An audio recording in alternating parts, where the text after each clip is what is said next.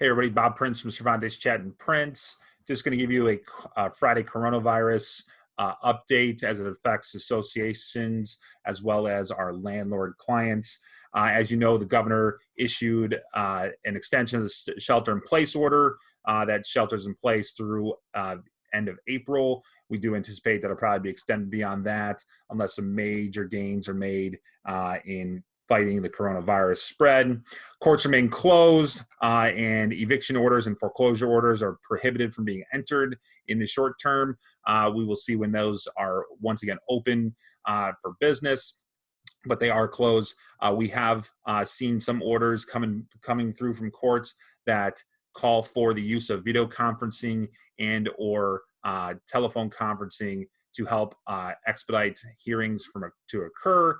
We will see which courts actually go through with that and whether or not it's something that is maintained after we're past the COVID-19 scare.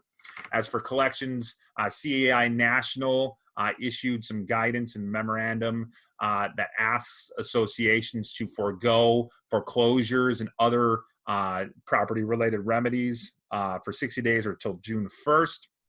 And basically what they're trying to ask associations to do is be as reasonable as possible and to potentially revisit your collection policies to avoid taking action against people in this trying time. They are urging people to file liens against owners rather than pursue litigation-related remedies. Here in Illinois, obviously our court systems are basically closed, so we couldn't even do that if we wanted to right now. It looks like the middle of May is probably the earliest we should expect court cases to really start going on the eviction realm.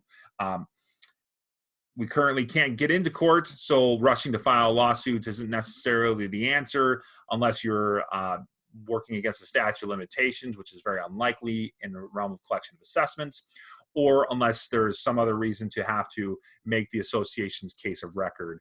But do note, we have always talked about the 6-month rule of getting assessments after foreclosure, that you can get up to 6 months of assessments after foreclosure, provided we have, quote, instituted an action for the collection of assessments out in the burbs. That is generally viewed as having to file a lawsuit.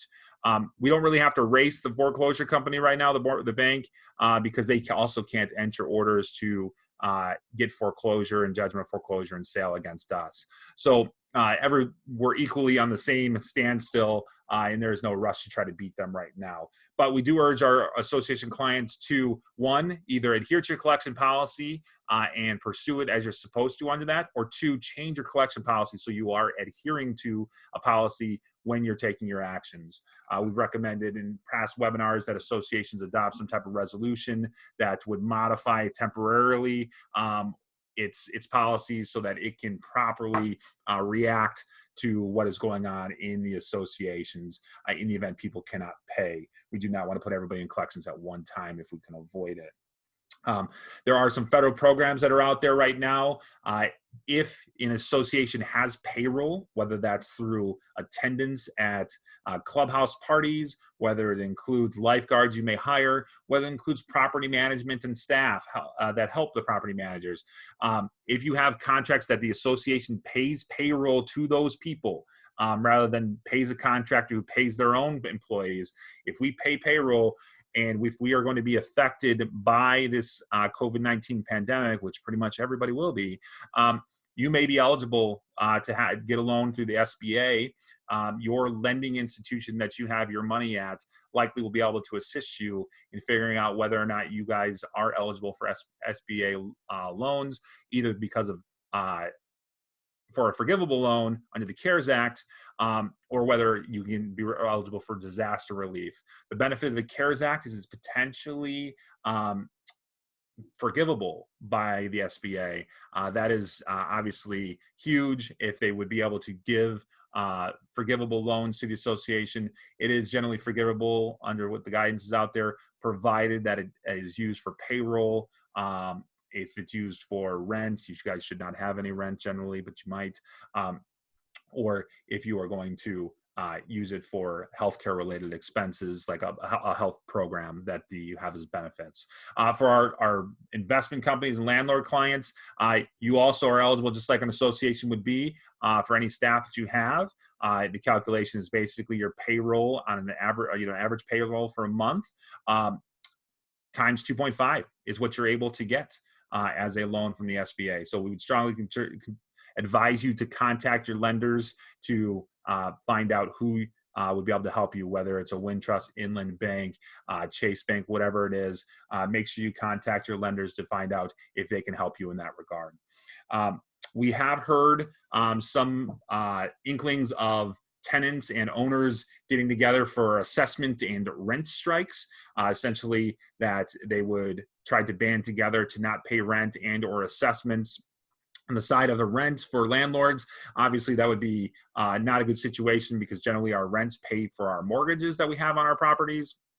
So we don't want tenants not to pay. There is no legal right to do a rent strike and have their rent forgiven. The law says that individuals are supposed to pay rent pursuant to their contracts, because we enforce contracts in the state. So they can try to get leverage by banding together, but unfortunately, fortunately for us, unfortunately for them, they would still be obligated to pay rent unless for some reason you come to an agreement with them in a workout. As for associations, obviously assessments, getting paid is important to us. Owners not agreeing to pay assessments is not an option for them under the law. The Spanish court case made it pretty clear that owners are not able to forego payment of assessments, regardless of how they feel about the current state of either the economy and or the amenities that are taken care of by the association. So you obviously will have to be kind as you are dealing with these individuals who are trying to get some leverage, but also at the same time, you have to protect your own business interests and the association's interests in making sure that they are not going to be forgiven, because the Condominium Property Act and court-made law especially prohibits us from forgiving assessments. So we cannot forgive those at all.